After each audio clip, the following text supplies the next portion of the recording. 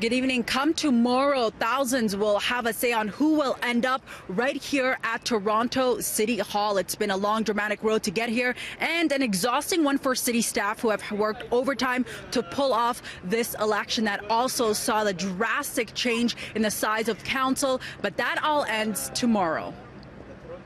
Will you be voting tomorrow? Why not? Usually I don't vote because I usually don't believe in the governments and all those type of things, but What changed your mind this time? I'm older now, I'm 28. Am I going to vote? Yes, for sure. Guarantee. Am I actually certain of how I'm going to be voting? No. I have to do some research in order for me to find out what specifically I'm going to be voting for, to be honest. What's behind the confusion? The way that it's presented right now, by the different sections that they actually divided the city, is confusing for me. He's talking about the redrawn boundary lines, and he's not the only voter who has that at the top of his mind one day before heading to the polls. This has been a municipal election like no other, with the province's changes to Toronto's ward boundaries leading to periods of uncertainty in the last few months. But the end result, that there would ultimately be 25 new wards. As for who will be at City Hall, that decision comes tomorrow, when residents will head to the polls from 10 a.m. to 8 p.m. looking to vote in a mayor, ward councillor, and school board trustees. So has this bumpy ride impacted voters?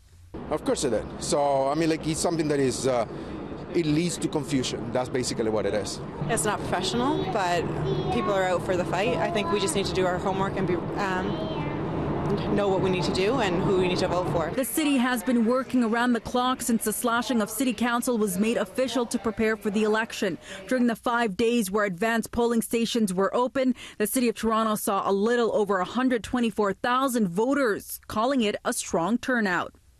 Candidates have had to scramble to campaign in far larger wards. Incumbents will be facing off against their colleagues, many of them close allies. Then there are newcomers looking to make a name for themselves in municipal politics. But this political science professor from the University of Toronto says he doesn't expect the drama will lead to more voters at the polls. In fact, he says he expects the exact opposite.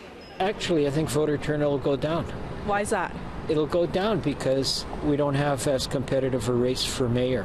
Overwhelmingly, incumbents in municipal elections get re-elected. It's not that challenging to run for office.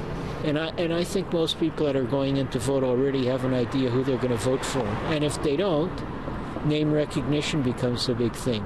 So whether it's 3 names on the ballot or 30 names on the ballot, if they don't recognize 27 of them, it really doesn't matter.